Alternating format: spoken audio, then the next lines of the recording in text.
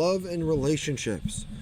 Following that, at 7 o'clock is Barron's Magazine, and at 8 o'clock we have the Toronto Star. Stay with us for these readings and more. The following program is intended for listeners who are blind, have low vision, or have another print disability, which makes reading, holding a book, or turning a page difficult or impossible. The content is copyrighted by the respective publishers. For more information, please visit us on the web at nfradioreading.org.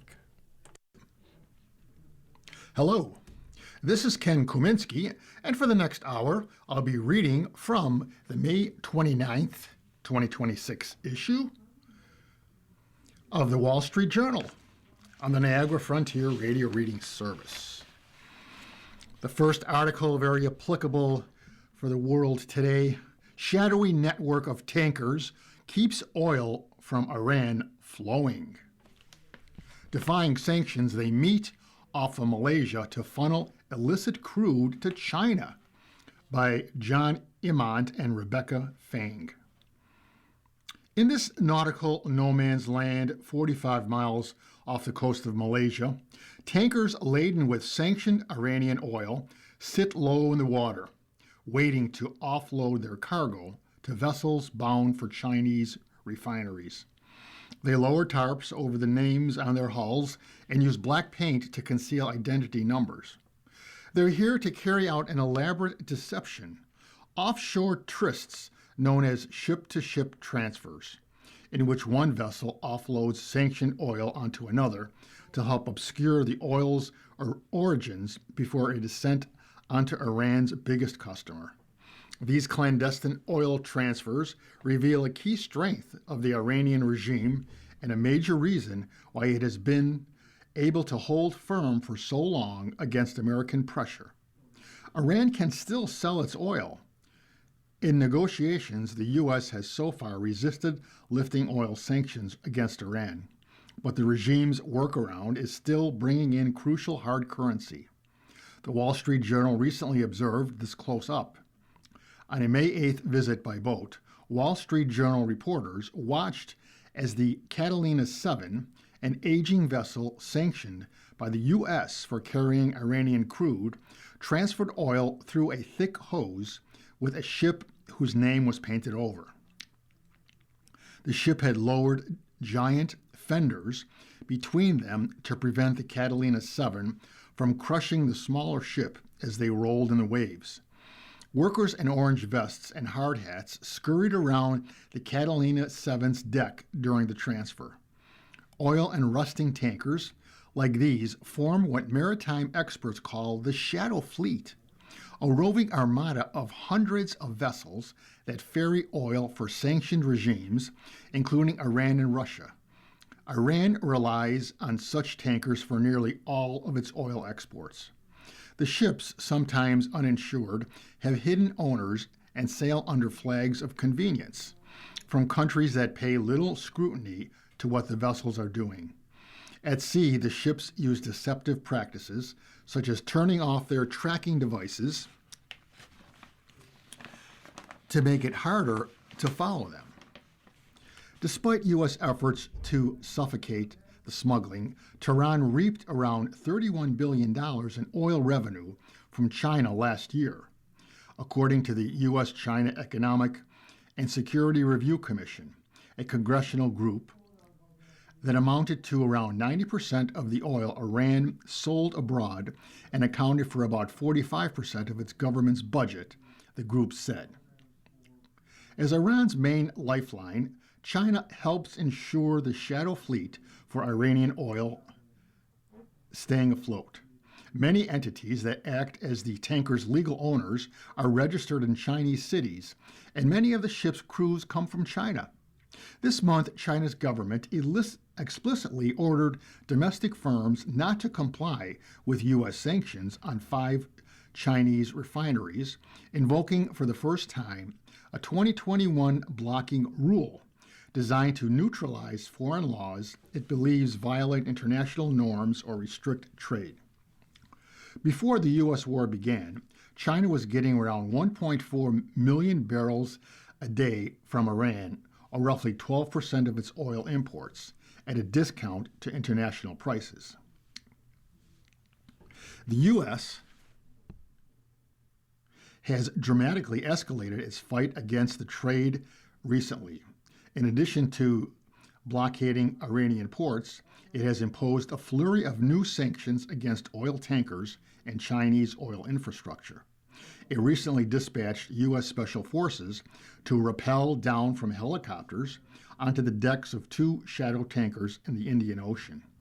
Last week, the U.S. seized a third Iran-linked oil tanker in the Indian Ocean after it had visited the coast off Malaysia. To truly rein in the fleet, though, the U.S. would likely need to maintain a warlike footing against the ships indefinitely, keeping its blockade on Iranian ports, using military assets to intercept shadow fleet ships, and intensifying pressure on China. Energy analytics company Vortexa recently estimated there were some 90 million barrels of Iranian oil outside of the blockade, most or all of which left Iranian waters before the closure began. The oil is effectively in offshore storage, potentially providing billions of dollars in additional funds to the Iranian regime in the coming months. It takes 2 to 3 months for Iranian oil to reach Chinese ports, and another 2 or 3 months for Iran to receive payment. So even if the Strait of Hormuz doesn't reopen, Iran will likely be receiving money for its oil on the water until October, said Ayman Nasseri, managing director of Middle East research at energy analytics company FGE Nexent ECA in Dubai. Economic fury was supposed to bring them to their knees, he said, referring to the U.S. economic campaign against Iran. But compared with other oil exporters in the region, Iran is suffering the least, he said. A U.S. Treasury Department spokeswoman said it is pursuing shadow fleet targets and that U.S. sanctions are depriving the Iranian regime of oil revenue to fund weapons programs and terrorism. Under President Trump's strong leadership, Treasury will continue to stop the Iranian regime from plundering the country's natural resources in the name of terrorism, the spokeswoman said. China's foreign ministry has said it firmly opposes the U.S. clampdown, which it says involves illegal and unreasonable unilateral sanctions, and that it would do whatever is necessary to protect its energy security. The ministry didn't respond to our request for comment on this article. Officially, China hasn't logged any imports of Iranian oil since 2022. Sleuths are able to track the shipments, however, by following occasional pings from the shadow ship's transponders, which are sometimes turned on for safety to navigate narrow straits. Researchers supplement that with satellite images of the vessels making ship-to-ship transfers and then docking in Chinese ports, enabling them to trace the oil's journey from Iran to China. The oil typically goes to so-called teapot refineries in the eastern Chinese province of Shandong and northeastern province of Liaoning. Because these operations don't interact with the U.S. financial system, they are beyond the reach of U.S. sanctions. Pit stop. The Eastern Outer Port Limits, or EOPL, as the area is known in the shipping industry, has become a pivotal pit stop for the oil, serving as the location of choice for ship-to-ship transfers that Chinese buyers and Iranian sellers use to help dodge the sanctions. Located midway between Chinese and Iranian waters, the roughly 500 square mile area usually has calm waters and is within Malaysia's exclusive economic zone, yet outside of its territorial waters. In one common scenario, a shadow fleet ship picks up oil in Iran and sets sail for the EOPL. There it transfers the oil to another vessel. Then the second ship proceeds to China, where the oil is offloaded and sent to a refinery. In addition to helping disguise the oil's origin, the transfer often moves the crude from a sanctioned ship to an unsanctioned one, lowering risks for the Chinese port that receives it. Maritime Vice Admiral Saiful Lazan bin Ibrahim, a senior official in Malaysia's Coast Guard, acknowledged the shadow fleet's presence near Malaysia, but he said it is hard to intervene because the ships often operate outside of Malaysia's direct enforcement jurisdiction and use evasive tactics, switching locations whenever law enforcement pressure rises. In early May, when the Journal chartered a supply boat to visit the area, it resembled a giant tanker parking lot with dozens of ships. Between 2023 and 2025, the number of observed ship-to-ship transfers in the EOPL more than doubled from 280 to 679, according to United Against Nuclear Iran, or UANI, a U.S.-based advocacy group that uses satellite data to track them, which cited strong Chinese demand. This is a critical logistics node, said Charlie Brown, a former U.S. naval officer based in Singapore who works for UANI. China cannot get its oil from Iran without getting through the EOPL. All in all,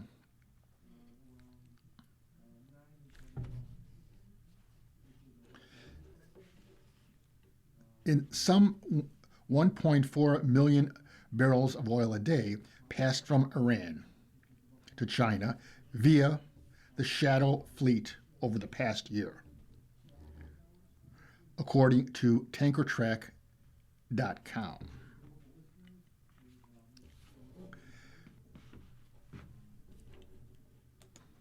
Offshore ecosystem.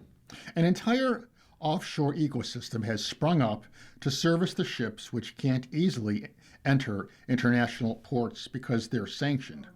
Bunker vessels hunker in the area for months or years, providing a steady supply of fuel. Support ships carrying supplies or repair crews are commissioned from the shore at a hefty price because of the remote location, and to compensate for the sanctions risks that come with servicing the shadow fleet. Peddlers speed by in small boats known as sampans, offering crew members cigarettes and Indonesian bintang beer.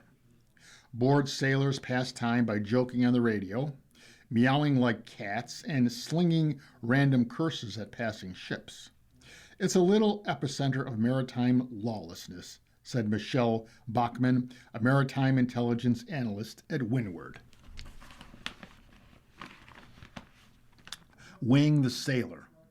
On recruiting websites, a seafarer surnamed Wang posted that he was recently on the Catalina 7 between last May and this March, traveling between Southeast Asia and China. His employer, according to his post, is Prim Crew Global, a Shandong-based staffing company that didn't reply to requests for comment. Typically, the tanker's ownership is hidden under layers of shell companies in Chinese cities or places such as Dubai. The ships also frequently switch their flags, just as people have nationalities and passports. Merchant vessels must be registered to individual countries, which are supposed to ensure proper labor practices and other standards are adhered on board. Shadow fleet ship owners avoid such scrutiny by securing flags from poor developing countries such as Sierra Leone, which collect fees for registering the ships but provide little oversight. All of this makes fighting the proliferation of shadow fleet ships a game of whack-a-mole. After being sanctioned, they can change their names or the names of their ownership companies, along with the ship's flag, and then return to business. Tracking NORA. Sometimes authorities do act. In January, Malaysia detained a U.S.-sanctioned vessel, the NORA, a 24-year-old ship registered in Shanghai, which was carrying Iranian oil and conducting a ship-to-ship transfer in the region. Malaysian authorities said they collected fines from an agent for the NORA totaling around $33,000 and then released the ship and its crews saying the case showed the significant economic implications of syndicate operations. Emails and calls to the ship's Shanghai-based manager, Shanghai Tuscan Roy Ship Management, were unanswered. The Nora wasted little time getting back in business. A journal reporter spotted the Nora from a passing boat off the coast of Malaysia this month. The ship had painted over its name and identity number and turned off its tracking signal. But an incomplete paint job meant its name was still visible through binoculars. It has declared a new nationality at least 7 times over the past decade, and for a while was flagged as Iranian, but since last year it has flown a false Guyanese flag, according to public records. And as a reminder, you are listening to a reading of articles and features from the Wall Street Journal on the Niagara Frontier Radio Reading Service. The time is now about 15 minutes past the hour. And next is a little article regarding the condition in Cuba. Tourism industry withers in Cuba amid U.S. pressure, by Robert Walzer. Tourism was booming when Sarah Foda began working at Caribbean tour operations in Cuba a decade ago, with 84 employees shepherding thousands of foreign visitors each month to the island's faded Spanish colonial cities and turquoise beaches. With the Trump administration intensifying its squeeze on Cuba's communist regime, the Swiss-owned company's visitor numbers have plunged to about a dozen travelers a month. Caribbean Tours still employs 22 people on a reduced payroll to keep them afloat until the business can snap back, if it ever does. Foda's business is among the casualties of a U.S. campaign to pressure Cuban President Miguel Diaz-Canel's government into broad political and economic change. A pillar of the economy, tourism has cratered since the U.S. ousted Venezuelan strongman Nicolas Maduro in January, while warning Havana it could face the same fate. The U.S. has cut off essential oil shipments to Cuba. I didn't think it would fall so hard and so fast, Foda, the company's destination manager for Cuba, said of tourism. But worsening infrastructure problems combined with negative international press coverage about blackouts and garbage piling up hurt demand. Cuban statistics show around 298,000 international visitors in the first quarter, down 48% from the depressed levels in the year earlier period. In March, traditionally high season, fewer than 36,000 visitors arrived. In 2017 and 2018, when tourism was thriving, nearly 400,000 international tourists visited Cuba on average a month. In those better times, tourism accounted for about 8% of Cuba's roughly $30 billion economy, employed hundreds of thousands, and was a key source of foreign currency, said Pavel Vidal Alejandro, a Cuban economist. Before the 1959 revolution, Cuba was a tourist destination for Americans drawn by beaches, nightlife, prostitution, and casinos, many run by mobsters. Fidel Castro saw tourism as a conduit for corruption and U.S. influence.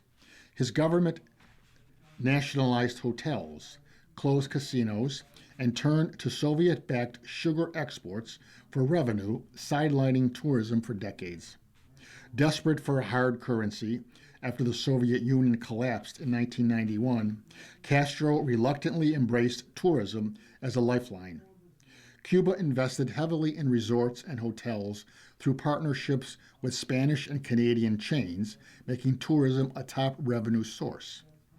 Prostitution resurfaced, and tourism created inequalities between Cuban hotel workers with access to dollars and those without.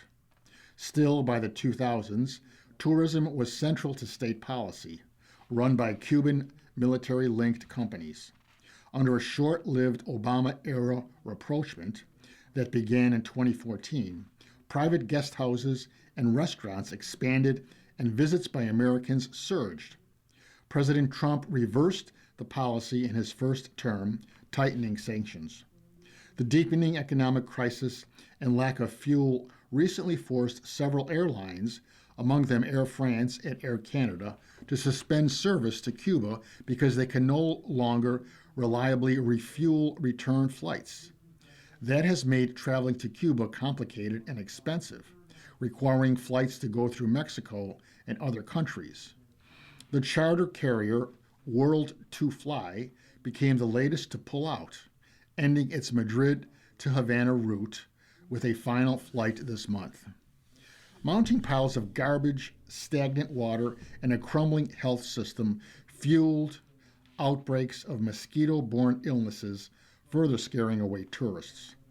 Tourism has fallen off a cliff, said Christopher Baker, a British author and tour guide who lives part-time in Cuba. Baker, who for years led American visitors across Cuba on motorcycle and photography tours, said most customers canceled recent tours despite his assurances they would have fuel, electricity, food, water, and safety. Andrea Gallina, an Italian entrepreneur, turned an 18th century Spanish colonial mansion in Old Havana into a hotel last year, modeling it after the boutique luxury property he opened with his Cuban wife a decade before. He closed it on April 1st, and his first hotel, which in better times had high season occupancy rates of 80%, now only serves a handful of clients with a skeletal staff. We dropped to 20% occupancy, and then 10, then 5, Galena said, as the fuel crisis deepened and blackouts worsened, compounded by relentless news coverage of Cuba's woes. It's like a pandemic situation, but even worse. Old Havana is a desert, no tourists. Alejandro Herrera, who owns a seafood restaurant on the Havana waterfront, said he has considered closing as revenue has fallen 90%, but he keeps it open to provide at least some income for his employees. Many people don't feel very festive these days because of the economic situation, he said. They are holding back spending except for very special occasions. Geopolitics has proved hard to overcome, though a few hardcore tourists still make the trip and leave deeply moved by Cubans' warmth and resilience, Foda said. They were petrified before arriving, she said, but they still came and had an incredible time. Now, an article about the heat-stricken French Tennis Open. Sinner loses a rematch against his fiercest opponent. Heat, by Joshua Robinson. Yannick Sinner landed in Paris last week believing he was safe from his biggest rival. Carlos Alcaraz, the defending champion, had pulled out of the tournament due to injury. What Sinner had counted on here was a rematch with his other nemesis, the scorching heat of the sun. But on Thursday, Philippe Chantrier-Court transformed into a giant baguette oven, and Sinner wilted beyond recognition. As Paris roasted and champagne went off, the number one player on the planet was one game from victory in the third set, only to lose against the more fireproof Juan Manuel Ceredolo, the world number 56.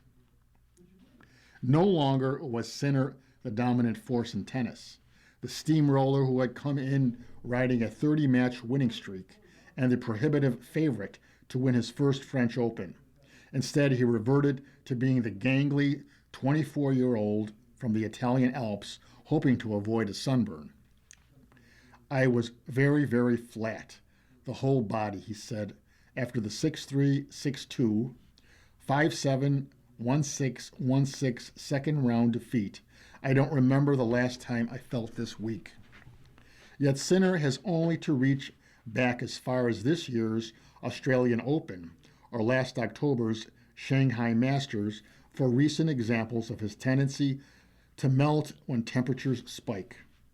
In Melbourne, Sinner struggled with cramps in 100-degree heat throughout the tournament before falling in a 4-hour semifinal battle against Novak Djokovic.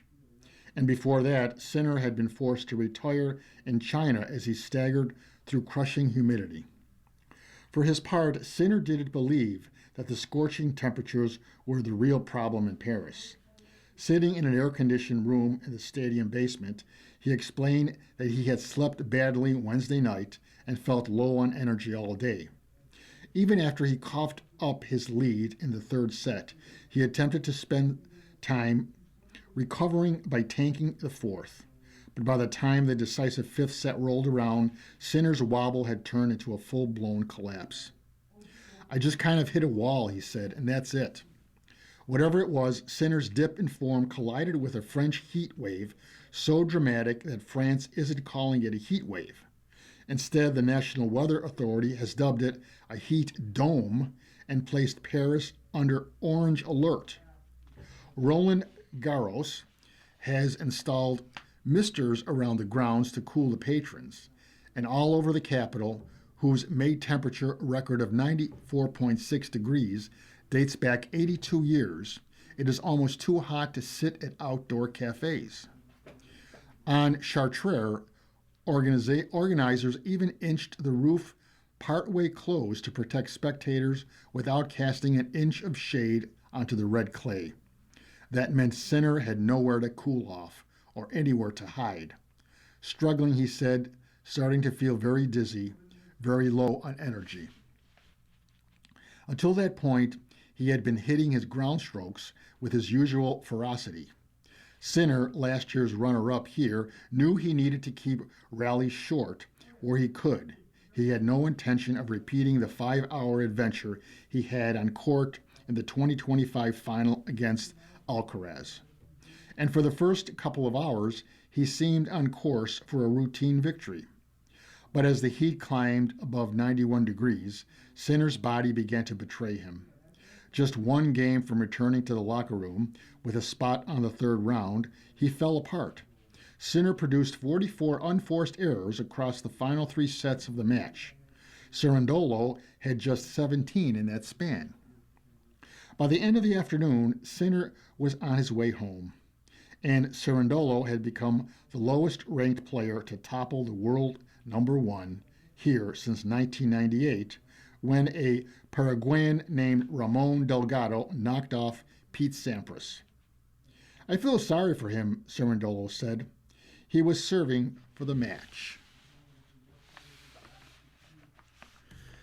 And as a reminder, you are listening to a reading of articles and features from the Wall Street Journal of the Niagara Frontier Radio Reading Service. The time is now about 27 minutes past the hour. And now a few articles from the opinion page. Pope Leo's reminder, "We aren't machines," by Robert Sirico. Father Sirico is the president emeritus and co-founder of the Acton Institute. Magnifica Humanitas, Pope Leo XIV's first encyclical, is about artificial intelligence and arrives at a moment of genuine civilization anxiety. AI promises gains in productivity, medicine, and scientific discovery, but it also raises fears about economic displacement, surveillance, social manipulation, and concentration of power in the hands of technological elites. Too often, the debate over AI presents two extremes. Technological pessimists speak as if modernity itself were a mistake. Technocrats and transhumanists greet every computational advance as a step toward transcendence. One side would smash the machines, the other would surrender to them. Pope Leo rejects both. He doesn't ask whether technological progress should continue, but a deeper question. Progress for whom? Examining that puzzle reveals that the real subject of debate isn't AI, but anthropology. Every technological system presupposes some notion of what human beings are. If we are merely biological machines, producers, consumers, or data points, then superior computational systems threaten to eclipse humanity. But if we possess an intrinsic dignity that transcends utility, efficiency, and economic value, if we are distinct from machines, then technology can remain servant rather than master.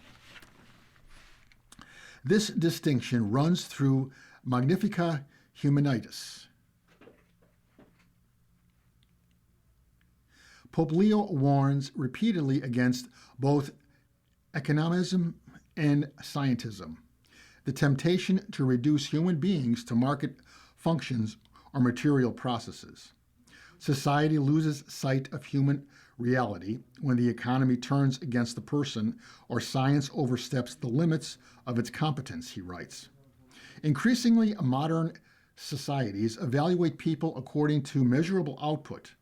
AI could accelerate this dramatically. Decisions made with human judgment are delegated to algorithms. Labor becomes more interchangeable. Instead of flourishing, people become abstractions within systems optimized for performance.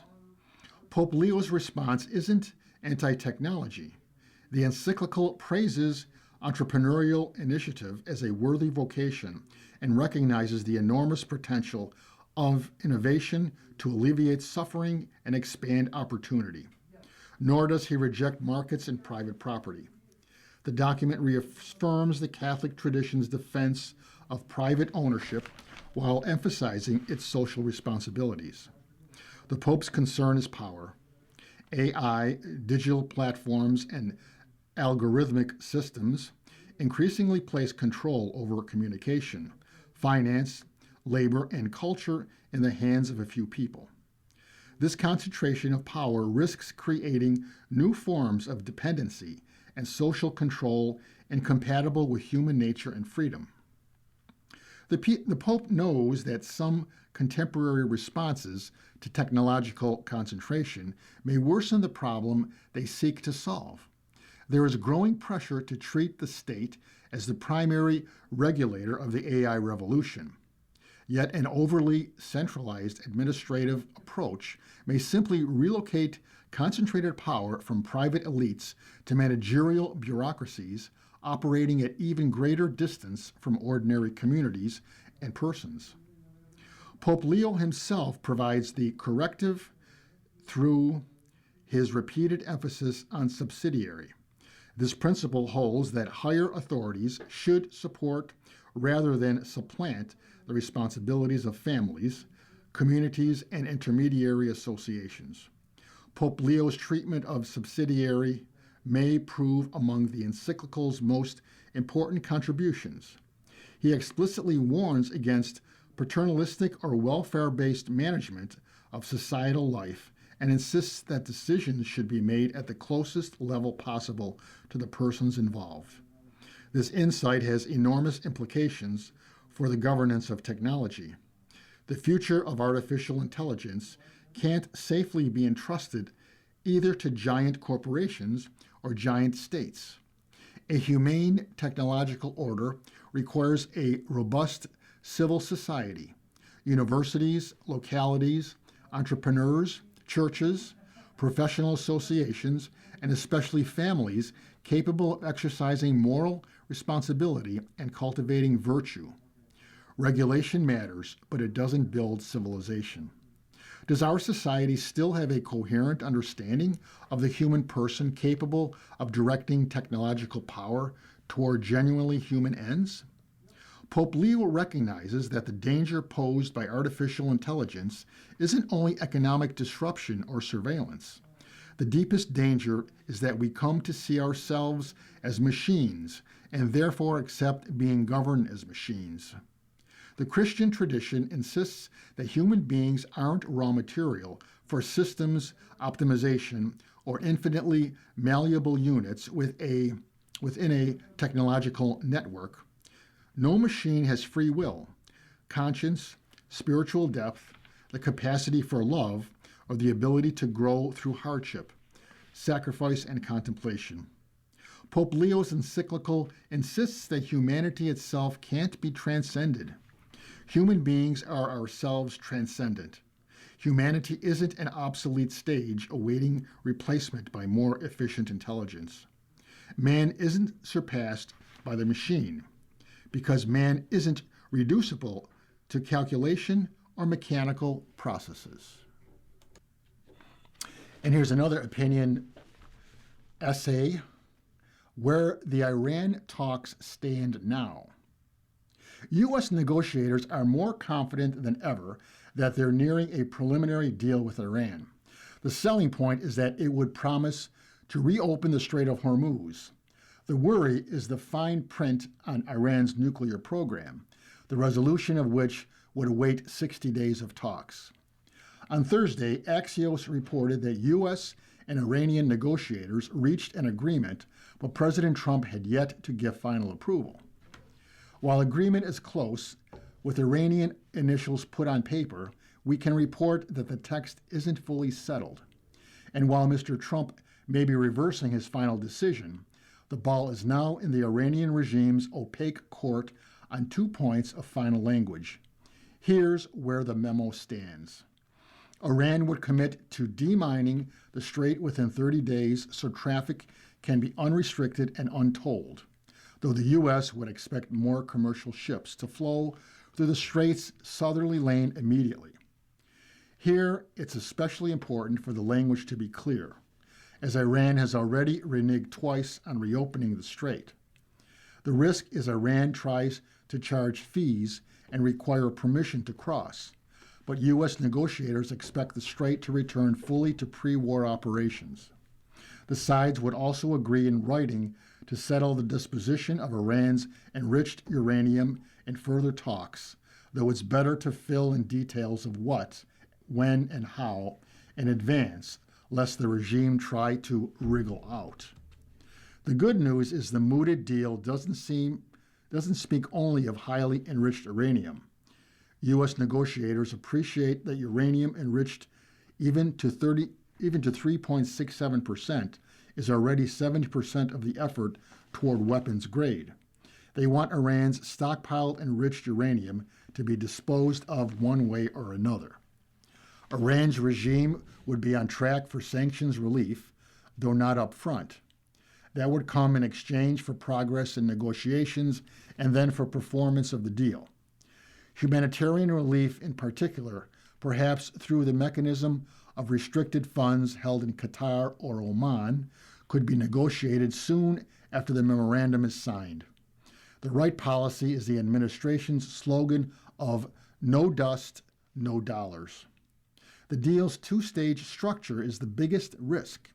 Without a U.S. blockade during nuclear negotiations, it will become even harder to extract concessions or secure their execution. Iran dragged out talks with Barack Obama for 2 years. Now it would love to extend Mr. Trump's 60 days indefinitely. Like it or not, the U.S. military threat becomes less credible the longer talks drag on.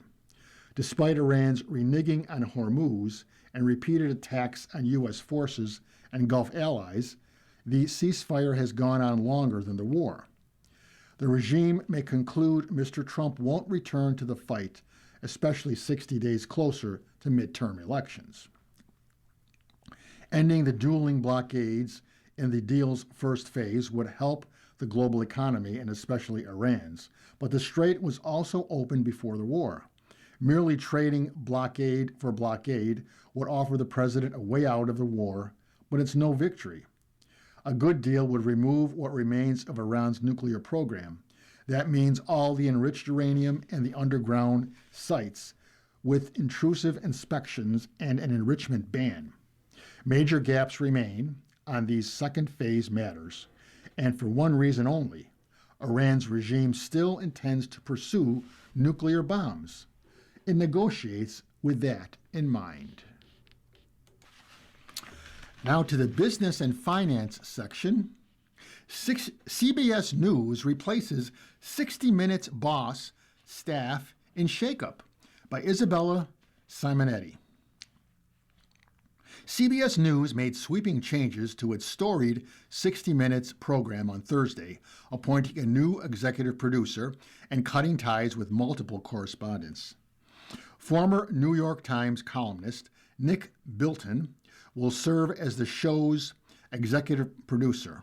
CBS News President Tom Sabrowski and Editor-in-Chief Barry Weiss announced in an email to staff on Thursday. The network is parting ways with the show's most recent executive producer, Tanya Simon.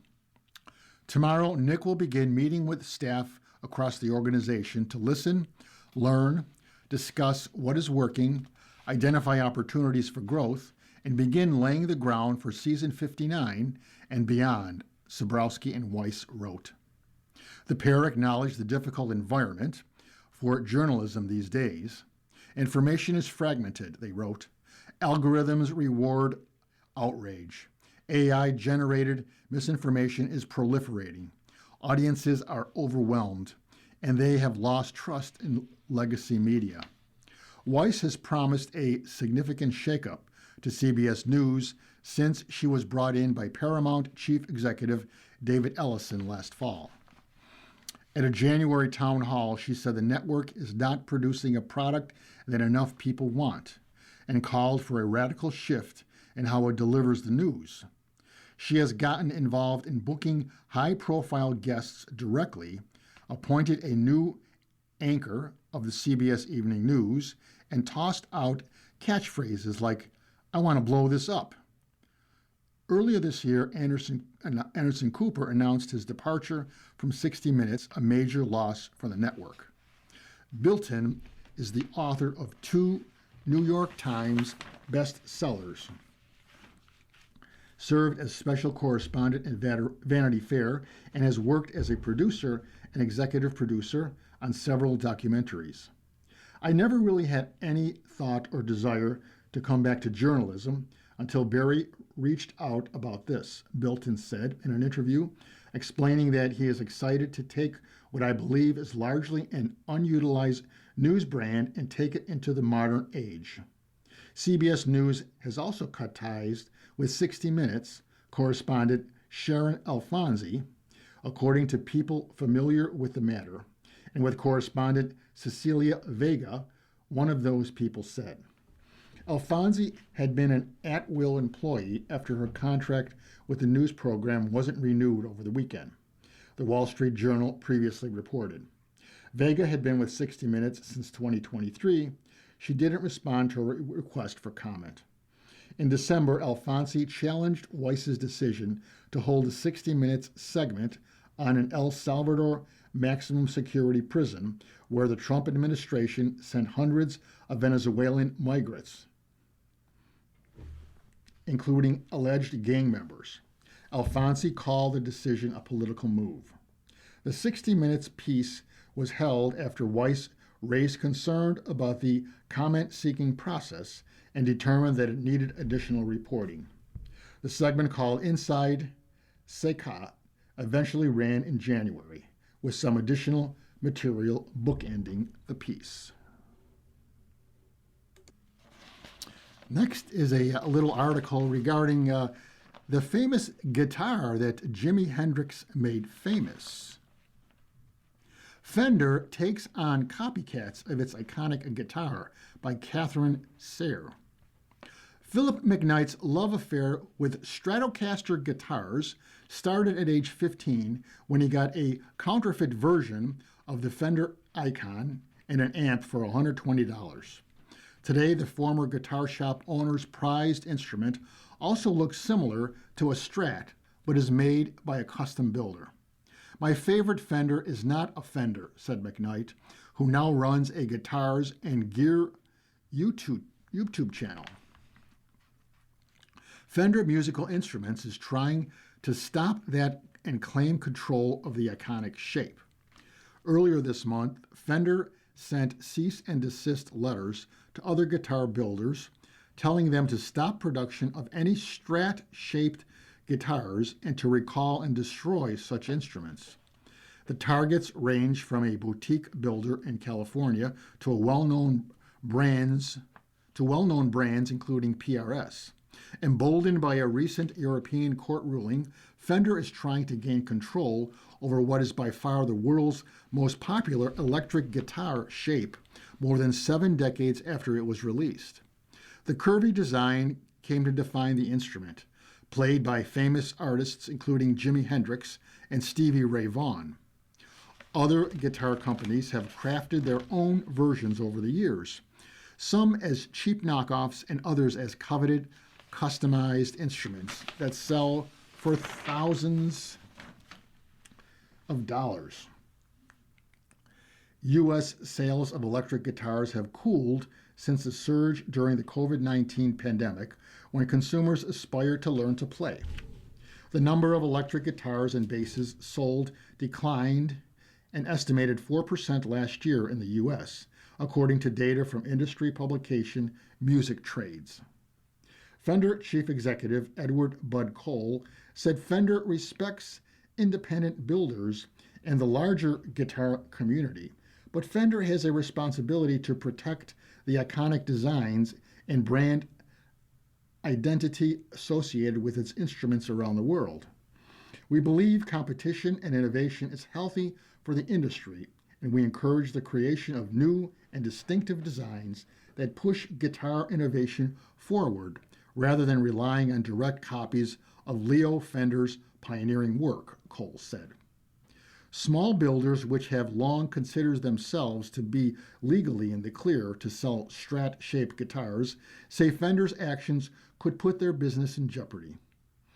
Family-owned builders, LSL Instruments, in the Los Angeles area, posted a GoFundMe seeking donations for attorney's fees.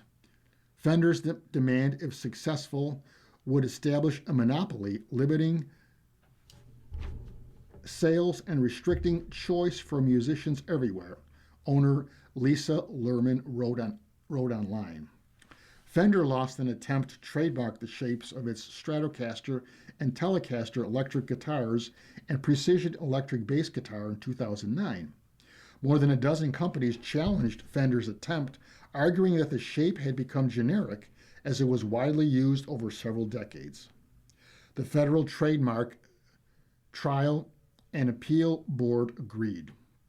But earlier this year, the Regional Court of Dusseldorf in Germany ruled in favor of Fender in its copyright case against the Chinese musical instruments company, which never responded in court. The court issued a default judgment and said the Stratocaster was a copyrightable work of art. Fender said the ruling gave the company enforceable rights against any guitars using the Stratocaster body shape that are manufactured, sold, or distributed in Germany and the European Union, regardless of where those guitars are produced. PRS Guitars, a company endorsed by the likes of John Mayer and Carlos Santana, confirmed that it is among the companies that received a letter. The company said it disagrees with Fender's assessment and declined to comment further. On Tuesday, Fender said it isn't currently asking for the companies to recall or destroy products. Rather, Fender is working with the manufacturers to redesign the shapes while the manufacturers sell off existing unauthorized inventory, the company said. In Germany, Fender argued that Leo Fender, who founded Fender in 1946, artfully designed the Stratocaster to reflect the curves of a woman's body. Lawyers for the guitar builders say the guitar was actually designed by a few people who landed on the contoured shape for comfortability. Last week, a lawyer representing some of the guitar builders issued their own letter responding to Fender's claims, pointing to the 2009 decision and arguing that Fender's Stratocaster origin story is invented. The longtime unopposed use of the Strat shape demonstrates that Fender has no basis for claiming that it is, or has the right to be, the exclusive manufacturer of guitars in the Strat body shape, the May 21st letter said. And as a reminder, you are listening to a reading of articles and features from the Wall Street Journal on the Niagara Frontier Radio Reading Service. The time is now 49 minutes past the hour. Next, the heir to Berkshire Hathaway's insurance giant by Crystal Herr and Heather Gillers. As the executive tapped to one day run Berkshire Hathaway's insurance business, the engine that has powered Warren Buffett's conglomerate for decades, Charlie Shemaya will be entrusted to navigate any disasters and calamities. He has had a lot of practice. In the early 2000s, Shemaya helped reinsurer Munich Re contend with a crippling ratings downgrade. He then joined American International Group shortly before its near collapse during the 2008-09 financial crisis and stayed through its turnaround. And as a child, the Lebanon-born Shemay had lived through war and civil unrest. Now the 59-year-old Gen Ray chairman is Berkshire's choice to succeed Ajit Jain whenever the 74-year-old insurance mastermind decides to retire. The Wall Street Journal reported earlier this month Jain hasn't indicated how long he plans to stay in the role. And it's possible that by the time he is ready to retire, Berkshire will have to settle on a different successor. It is a huge job no matter who fills it, and not just because the company's insurance operations oversee more than $500 billion in assets. Every year, the business produces billions of dollars in cash that can be deployed to buy companies or individual stocks. In short, it has made Berkshire what it is today. But challenges abound. Property insurers are navigating historic change and unpredictability. Claims for wildfires, severe thunderstorms, and floods hit a record in 2025. At the same time, households face growing difficulty shouldering rising home insurance costs. A known quantity in the insurance world, Shemaya isn't quite a household name among Berkshire's many fans and shareholders. For most of them, hearing what Charlie thinks is likely to conjure memories of Charlie Munger, Buffett's longtime business partner, who died in 2023. Jane brought Shemay to Berkshire's reinsurance arm, Gen Re, in 2018, but not before weighing whether the new hire's arrival might portend trouble ahead, giving Shemay's record for being at companies just as they confronted an existential crisis. Jane would later joke, according to the latest edition of Robert Miles' book, The Warren Buffett CEO. The past 8 years have been a relatively smooth ride. A November report from insurance ratings firm AM Best showed Gen Re's premiums written and financial cushion had both grown over the previous 5 years. Analysts have praised the reinsurer for resisting the temptation to add new business at the expense of profits. The selection of Shemay as Jane's successor is a nod to the core role reinsurance plays in Berkshire's operations. While only about 1/3 of the premiums Berkshire collects comes from reinsurance, the business stands alone among its peers for its appetite for complex reinsurance mega deals.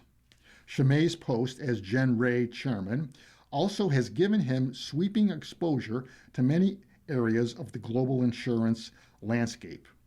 The company reinsures both property and casualty and life and health insurance companies and does business in more than 20 countries. It accounted for 60% of Berkshire's reinsurance premiums as of 2025, before the company stopped reporting Gen Re separately from its larger reinsurance business. As private equity firms are pushing into insurance, he has pointedly defended Berkshire's ultra-safe, capital-heavy approach. Shemay is also clear-eyed about the challenges of filling Jane's shoes. He told Miles, the author, that Berkshire's stock price could drop whenever Jane announces his retirement, and that shareholders shouldn't expect him to be a copycat. I've tried to learn as much as I can from Ajit, Shemay told Miles. I just hope I can do a fraction of what he has been able to do for Berkshire. Jane had his eye on Shemay at least as early as 2016. Ben Zenworth, Shemay's professor at McCarthy emailed Jane that year to let him know he had become an advisor to Chimay at AIG.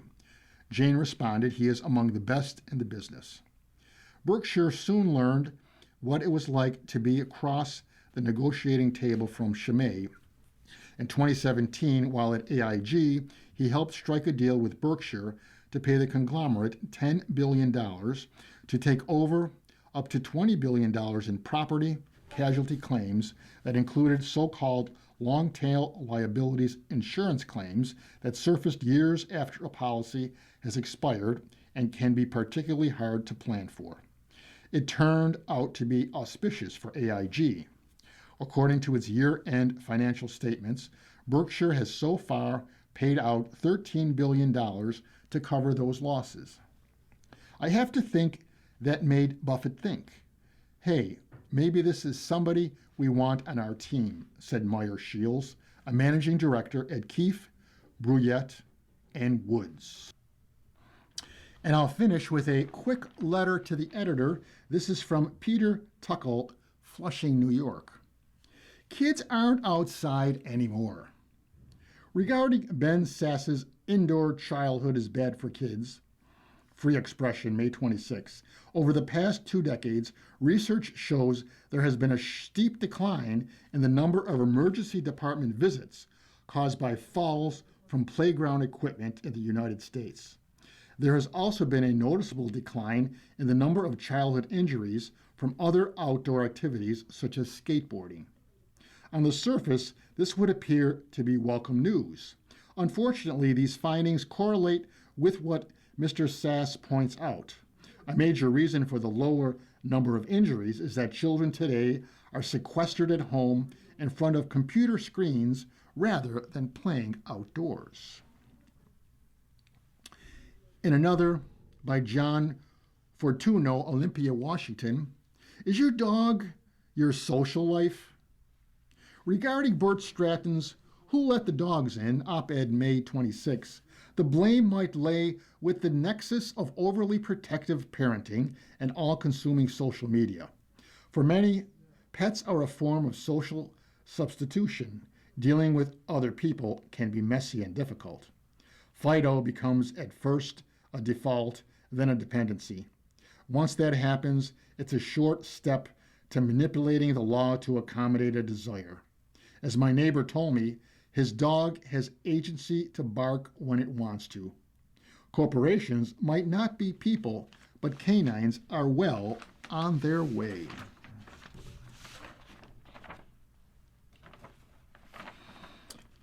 You've been listening to a reading of articles and features from the Friday, May 29th, 2026 issue of the Wall Street Journal. We read from the Wall Street Journal every Monday through Thursday at 11 p.m. and Friday at 6 p.m. Your reader has been Ken Kuminski. Thank you for listening.